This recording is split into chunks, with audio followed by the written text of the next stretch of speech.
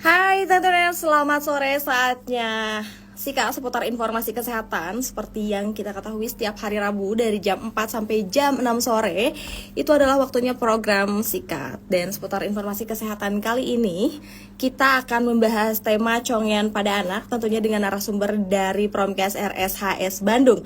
Ada Dr.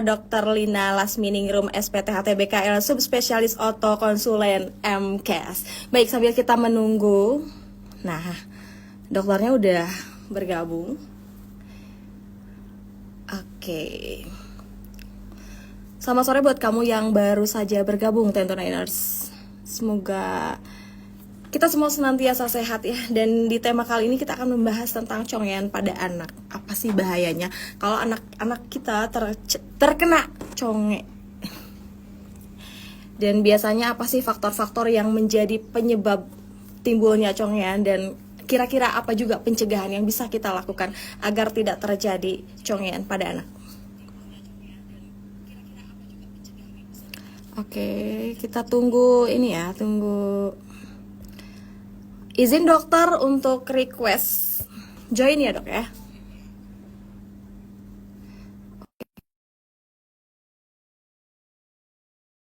Saya invite dok.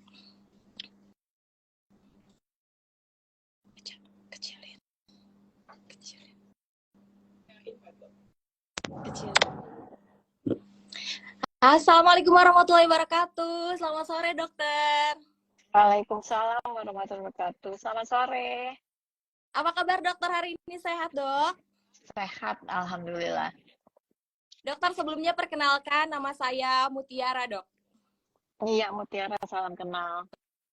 Baik, dokter, sebelum kita memulai obrolan kita di sore hari ini, boleh dong disapa dulu semua penonton yang ada di sini dan juga semua pendengar radio MDK dimanapun berada.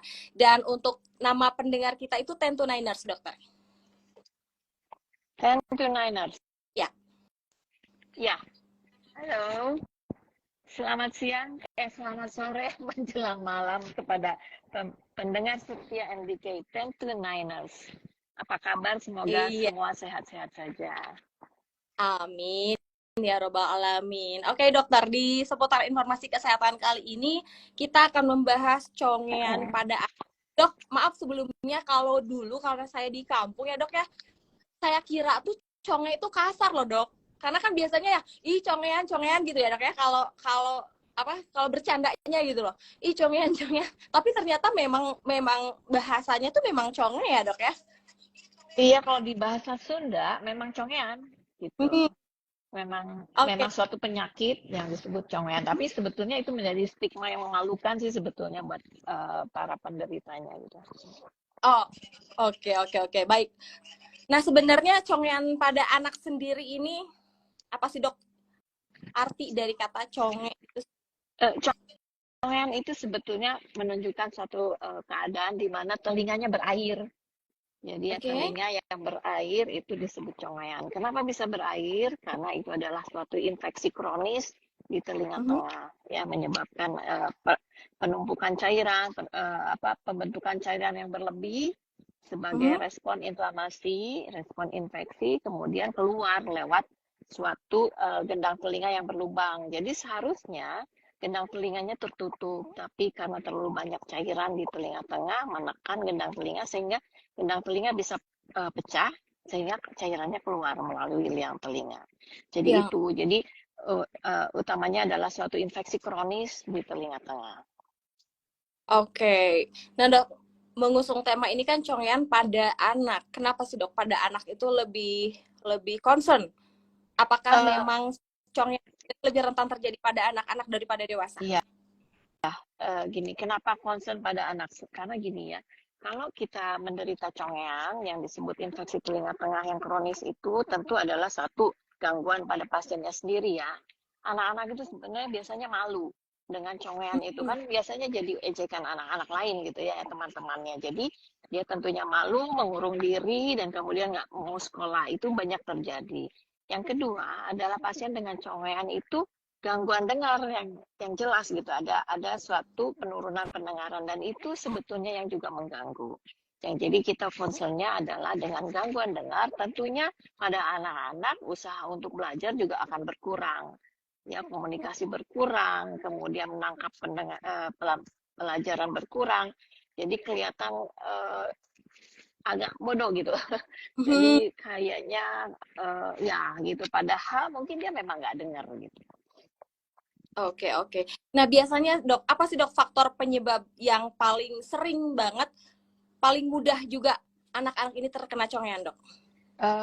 Tentunya pertama adalah infeksi. Congean kenapa terjadi? Karena diawali oleh infeksi saluran nafas atas. Jadi kalau anak-anak menderita infeksi saluran nafas atas dan tidak terobati dengan baik, akan berlangsung terus, kemudian terjadi gangguan juga ke saluran yang menghubungkan hidung belakang dengan telinga. Sehingga Hmm, disitulah penumpukan cairannya. Nah, penumpukan cairan yang lama itu tadi bisa menekan gendang telinga kita, sehingga gendang telinga menjadi pecah dan keluar cairan.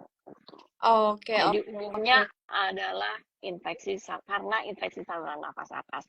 Sangat sedikit diawali dengan trauma, itu jumlahnya sedikit sekali. Misalnya kita pegang apa ya, cotton bud, Mhm. terus ada yang lewat, ketusuk, pecah, dan kemudian ada infeksi tidak terobati dengan baik, itu juga bisa menyebabkan. Tapi itu jumlahnya kecil sekali, Oke, jarang ya dok ya jarang kasus ya. itu.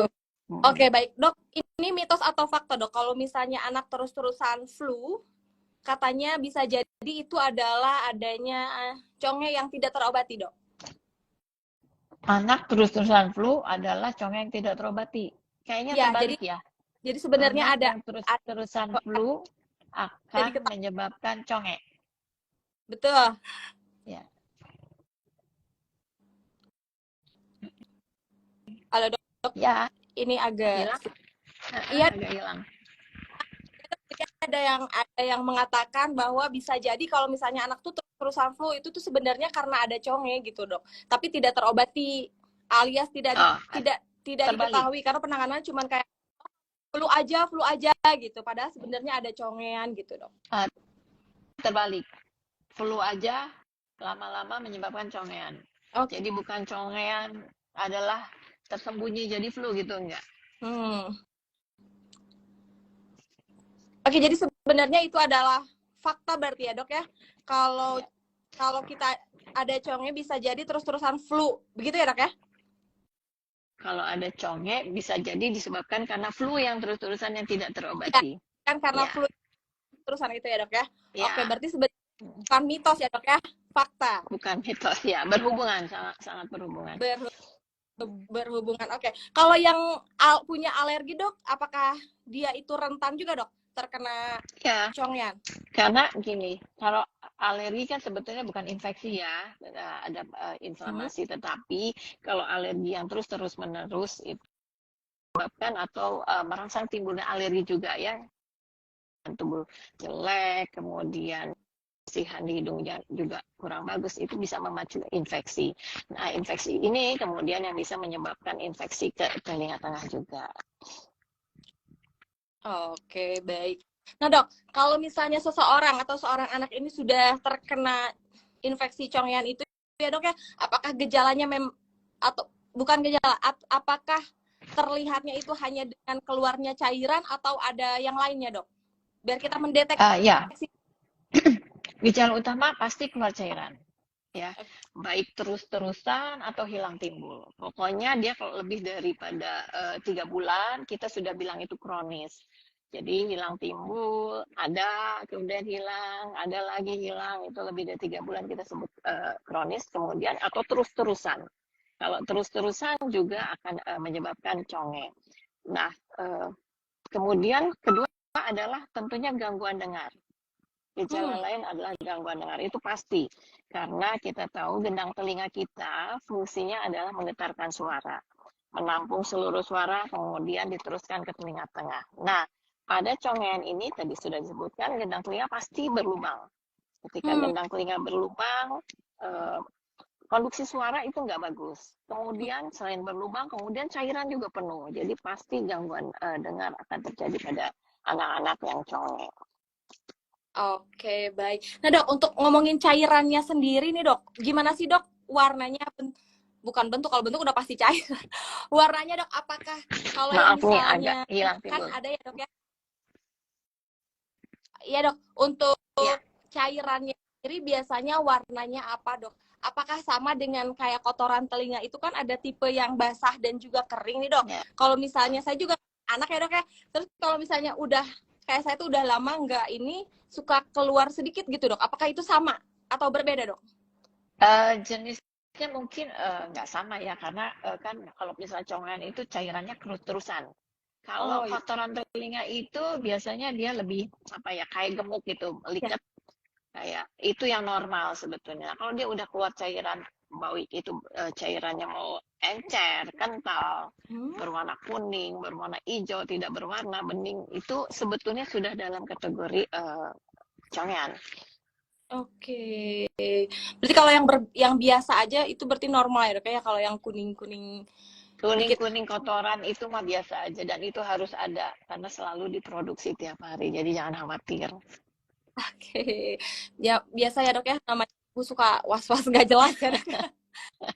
Dok ngomongin Pas-pas nggak jelas, kotoran kemudian sedikit ya dok. dibersihin telinganya sampai bersih banget. Ya, Betul, dok, betul banget itu nah dok. itu dia, itu yang jangan. Hmm, itu nggak boleh sebaiknya dok. Nggak boleh.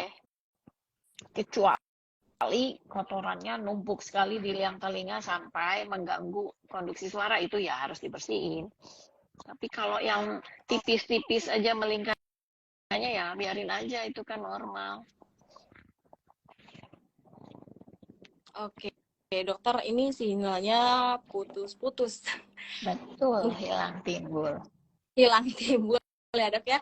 Tapi alhamdulillah dokter masih bisa menangkap apa yang saya sampaikan. Dok, berarti kalau misalnya anak itu untuk tipe kotorannya sendiri ya dok ya, ada yang apa cair dan ada yang basah dan juga kering, itu sebenarnya tidak berpengaruh apa-apa ya dok ya. Bukan berarti kalau misalnya kalau yang Kotoran. tipe basah itu rentan terhadap congean, enggak ya dok ya. Oh, enggak sama sekali. Enggak. Oh, oke, baik. Nah nih dok, seandainya ada salah satu pasien yang terkena congean atau terdeteksi wah ini anak saya tuh ternyata banyak terus-terusan keluar nanah seperti yang dokter katakan, ada yang hilang timbul atau ada yang terus menerus, langkah apa nih dok yang pertama harus dilakukan seorang ibu atau orang tua di rumah? Ya, langkah pertama tentu harus mencari pengobatan ya. Mhm. Karena apalagi kalau kondisi sudah kronis, sebetulnya kita takutkan bahwa infeksi sudah meluas. Di belakang telinga kita ini ada tulang, tulang temporal, seperti Mhm. sarang lebah gitu. Jadi infeksi kadang-kadang meluas ke situ, dan infeksi yang meluas ke tulang temporal itu agak sulit untuk kita obati dengan obat-obat biasa gitu. Jadi memang harus berobat, kemudian ya tentu dibersihkan, kemudian penolongan pertama biasanya dokter selalu memberikan tetes telinga, dan itu yang harus dilakukan. Oke, jadi jangan pernah mendiagnosa sendiri, mencari pengobatan sendiri ya dok ya, harus selalu cari dokter Iya, spesialis ya dok betul. ya. Karena mitosnya adalah gini loh, keluar cairan adalah mau pinter, ngerti nggak sih? Itu Mau pindah. salah banget. Iya. Jadi kok anak kecil keluar cairan, oh mau pinter gitu katanya. Ya itu yang salah. Oke, sebenarnya dari mana cocokologinya ya dok ya, pinter keluar, Gak tahu. tapi ya itu orang tua biasanya seperti itu ya dok ya. Oke, baik dok. Ada sedikit pertanyaan dok nih dari Tamara Ten. Dok katanya kalau congean boleh disumpel kapas biar airnya nggak keluar lagi. Ya, ya, ini sering juga terjadi ya. Pasien datang Hmm. ke praktek kita disumpel kapas karena katanya satu supaya air nggak keluar lagi, kedua malu, ya Hmm. kan? Malu karena ada cairan, ketiga memang berusaha disumbat gitu supaya airnya nggak keluar. Nah sebetulnya tidak boleh sih sebetulnya. Jadi air yang sudah keluar itu sebetulnya produksi infeksi. Jadi itu harus dibersihkan. Jadi kita sebetulnya harus membersihkan cairan yang keluar dari telinganya, bukannya disumbat, tetapi memang harus dibersihkan. Kalau ke dokter biasanya kita bisa semprot atau kita sedot gitu ya. Kemudian ya setelah bersih ya mungkin kita kasih tetes telinga. Karena yang penting adalah pemberian tetes telinga. Ketika liang telinganya penuh dengan cairan, tetes telinga nggak akan efektif masuk, sehingga pengobatan kita pun tidak efektif. Oke, karena penuh itu ya dok ya, penuh cairannya itu Iya, sehingga uh, bercampur mungkin ya dok ya dengan cairan iya itu. Baik dok, tabrakan nantinya. betul betul betul. Baik dok, ada pertanyaan selanjutnya nih dok dari Yolanda Arlita dok. Dokter Punten mau tanya, katanya kalau Chongyan itu baiknya pakai obat antibiotik tetes atau obat antibiotik yang diminum? Untuk congean, karena congean ini kan kronis ya. Jadi pengobatan pertama adalah tentu membersihkan cairannya sendiri. Kemudian yang efektif adalah memberikan tetes telinga. Kita pengobatan untuk sistemik atau minum obat itu antibiotik itu sebetulnya kita berikan bila ada infeksi lain. Misalnya infeksi saluran nafas atas. Infeksi saluran nafas atasnya boleh kita berikan antibiotik, tetapi pengobatan untuk conge itu sendiri sebetulnya first line terapinya adalah tetes telinga. Jadi nggak perlu sebetulnya memberikan infeksi obat antibiotik yang diminum, kecuali memang ada infeksi lain, itu boleh disilakan. Oke. Berarti kalau dibarengi dengan ISPA ya dok ya, kasihan berarti anak tuh ya, udah susah nafas, kemudian telinganya juga keluar cairan. Itu sebenarnya rasanya sakit nggak kalau penderita congean? Kalau yang udah lama biasanya enggak, mungkin gatel, nggak nyamannya iya, tetapi kalau nyeri biasanya enggak. Kalau ada infeksi akut di tengah-tengah itu ya, sudah congean, ada akut infeksi mungkin nyeri. Kalau nyeri biasanya juga cairan makin banyak juga dan sebagainya. Jadi, tetapi kalau secara kronis itu enggak, biasanya bukan nyeri yang ada. Oke. Nah dok, untuk pasien dokter sendiri ya dok, yang selama ini sudah dokter tanganin, paling banyak anak rentan terkena conge itu biasanya di usia berapa dok? Yang paling sering? Yang paling sering ya, sebetulnya gini, kalau misalnya anak-anak yang sering ISPA itu kan di bawah 5 tahun. Nah, kalau congean mungkin diawali di umur-umur segitu, ketika berlanjut terus bisa mungkin remaja dan dewasa. Jadi sebetulnya kalau anak-anak mungkin di bawah 5 tahun yang sering, tetapi pada anak-anak dengan infeksi akut umumnya juga bisa cepat sembuh gitu. Hanya mereka yang tidak mendapatkan pengobatan dengan baik mungkin berlanjut menjadi kronis. Oke, nah dok, kalau misalnya sudah kronis dok, ada nggak sih dok yang sudah terjadi mungkin ya dok ya? Apakah ada yang lebih serius dok? Misalnya dari congean ini infeksi seriusnya itu ke arah apa gitu dok? Ya, justru itu yang pentingnya gitu ya, karena congean pada anak atau congean pada orang dewasa juga sama, bahwa infeksi kronis pada telinga ini dapat menimbulkan komplikasi. Komplikasinya banyak, macam-macam gitu ya, infeksi yang kena tulangnya, kemudian ada abses di belakang telinga, kemudian dia bisa menjadi vertigo karena infeksinya masuk ke telinga dalam. Kemudian sebetulnya yang lebih parah lagi infeksinya bisa ke otak gitu. Jadi menimbulkan infeksi atau radang selaput otak atau abses otak dan lain-lain. Jadi memang ini kelihatannya ya congean yang katanya mau pinter itu, tetapi ini juga bisa mengancam jiwa sih sebetulnya gitu. Oke, jadi ternyata seberbahaya itu ya dok ya. Tapi dok saya juga, dok ya, saya tuh ngalamin sakit kepala, vertigo itu ya dok ya, seperti yang tadi dokter sampaikan. Kemudian dokter syaraf yang menangani saya tuh, beliau bertanya, ibu apakah kemarin ibu habis korek telinga katanya.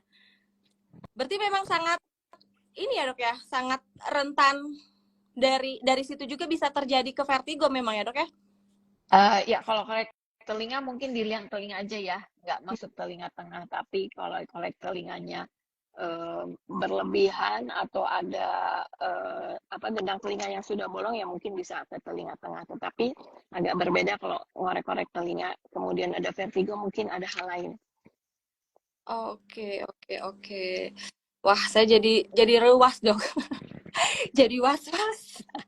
Soalnya emang sering vertigo dan dokter juga setiap kali kampung tuh vertigo selalu bertanya, ibu apakah ibu bersihin telinga katanya gitu. Artinya kalau Kayaknya vertigo yang disebabkan oleh infeksi telinga tengah ini ya, congean ini sangat mungkin, tapi itu kan bisa bisa dilihat bahwa ini adalah infeksi atau bukan gitu. Sebetulnya bisa dilihat. oke. Nah dok, untuk tadi ya dok kembali lagi ke soal cairan yang keluarnya itu selain tadi warnanya, terus apakah bau itu apa atau enggak dok Iya, biasanya?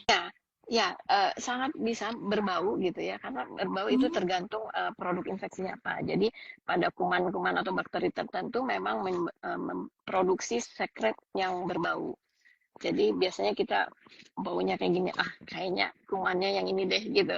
Jadi memang Oh, ada ya korelasi sedikit misalnya antara bau dengan jenis kumannya. dengan jenis. Oke, berarti dokter memang sudah berteman jenis Berteman kumannya ya baik dok ya. Berteman. bau-bauan. Karena kalau nggak berteman nggak akan tahu ya dok ya ini jenis kuman yang mana. Oke, dok kita membaca lagi pertanyaan dari para penonton di live kita kali ini. Ada dari Van Ris. Dok, kalau berenang di sungai itu katanya bikin congean ya dok. Itu benar atau tidak dok?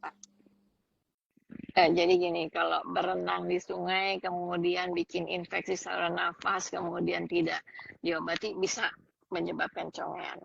Hmm. Kalau orangnya udah congean atau gendang telinganya sudah berlubang, kemudian dia main di air, mau di kolam renang, mau di sungai, mau di apapun, kalau masuk air itu bisa menyebabkan infeksi juga berlanjut. Jadi ya bisa gitu. Tapi bukan berenang di ini kemudian jadi congean, selalu jadi congean, enggak juga sih. Tergantung kekuatan atau ketahanan dari gendang telinganya juga. Oke, berarti kalau misalnya yang sudah terinfeksi conge itu sebenarnya tidak boleh berenang ya dok ya? Nggak boleh berenang, nggak boleh masuk air. Jadi memang sangat di apa ya diedukasi bahwa telinga memang harus dijaga kesehatannya, nggak boleh kena air, nggak boleh dikorek-korek. Oke, kalau menggunakan headphone atau headset tuh Maksudnya untuk ber jadi congean? enggak, Enggak. bukan maksudnya kalau misalnya yang sudah terinfeksi congean, terus dia sering menggunakan headphone itu berbahaya atau enggak? Sebetulnya tidak berbahaya, tapi kasihan aja handphonenya meren kena cairan congenya ya.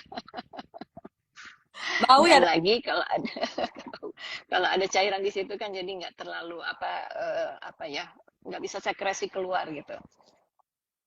Oke, dok. Tadi kan juga ada salah satu gejala dari congean itu adalah adanya gangguan pendengaran. Apakah kalau misalnya sudah terkena congean, ada yang berakibat fatal menjadi tuli permanen atau tunarungu permanen, dok?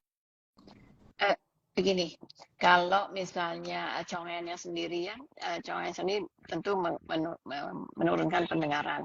Nah, ketika infeksi berlanjut terus, sel-sel apa ya, infeksi itu bisa juga menyerang telinga dalam. Ketika dia menyerang telinga dalam, tentu pendengaran makin turun, gitu. Ya, kedua Oke. adalah ya itu. Jadi bisa sangat turun, bisa sangat nggak dengar. Kemudian kedua adalah ini, mungkin ini pesan saya juga ya, bahwa penggunaan tetes telinga yang berlebihan karena ada tetes telinga yang juga merupakan ototoksik, toksik terhadap telinga. Kalau itu digunakan terus-menerus, itu dapat mempengaruhi pendengaran juga. Jadi ya ada beberapa hal yang mungkin menyebabkan gangguan dengar makin berat, baik itu obat-obatan atau inflamasinya sendiri. Oke.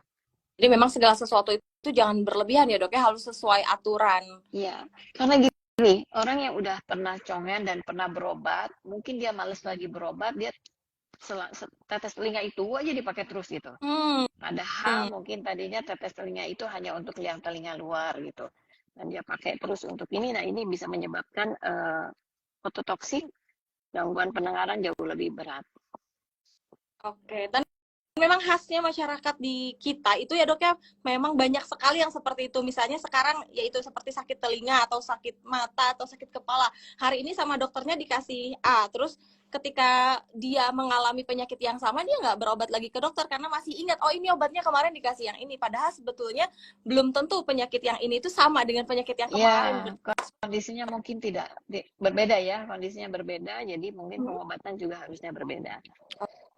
Oke, oke. Baik, tentunya buat kamu yang intinya penyakit apapun ya, dok, jangan pernah mendiagnosa sendiri dan jangan udahlah ingat kemarin obatnya ini sembuh kok gitu, tapi tetap Ya. harus lagi.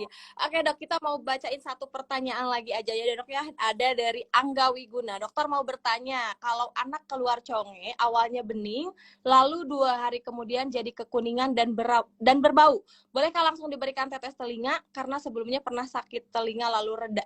Seperti yang barusan kita bahas kayaknya dok. Jadi mulainya bening, kemudian kuning dan berbau. Ya tentunya itu proses infeksi ya. Ada proses infeksi. Boleh sih tetes telinga, tapi sekali lagi diingatkan bahwa tetes telinganya ini harus masuk melalui gendang telinga yang berlubang lebih ke dalam. Jadi kalau selama masih banyak cairan di liang telinga, tentu tetes telinga nggak bisa masuk. Ngapain juga gitu dikasih, tidak efektif. Jadi memang harus dilakukan pembersihan dulu sekret telinganya, kemudian baru tetes telinga yang baru memberikan tetes telinga. Dan tetes telinganya memang harus masuk. Jadi cara meneteskan telinganya memang harus diluran, ditetes, dipecek-pecek dulu gitu dalam 1-2 menit sehingga memang kita yakinkan bahwa tetes telinganya masuk ke telinga tengah. Masuk. Oh. Oke, tapi Kadang-kadang kayak gitu, seperti dokter. cairan banyak, netes, tapi ya nggak ada gunanya gitu, sebab nggak masuk tetes telinganya. Oke. Jadi lebih baik memang dibersihin dulu ya dok ya, baru bisa dimasukin Ya, tetes telinga. makanya harus ke dokter dulu. Biasanya dokter berupaya bersih dulu, baru nanti di rumah bisa tetes dengan baik.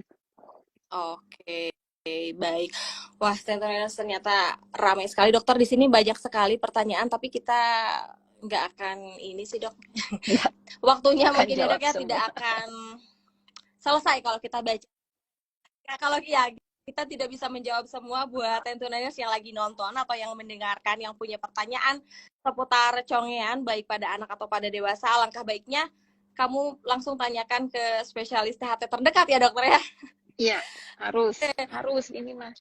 Ya pesannya memang harus, Baik dokter, jangan sebelum kita ditunda. mengakhiri obrolan kita di sore hari ini dok, ada yang ingin disampaikan kah dok kepada Tentuniners yang sedang mendengarkan ataupun yang sedang menonton live Instagram kita dok?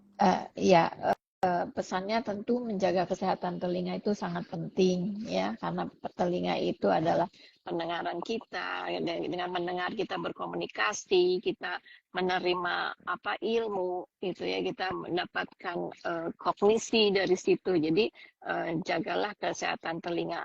Bahwa telinga kita punya kotoran itu memang ada dan harus ada gitu. Jadi jangan terlalu ingin membersihkan telinga sebersih-bersihnya. Ini ibu-ibu biasanya atel gitu ya, Sampai pengen klik. ngebersihin telinga.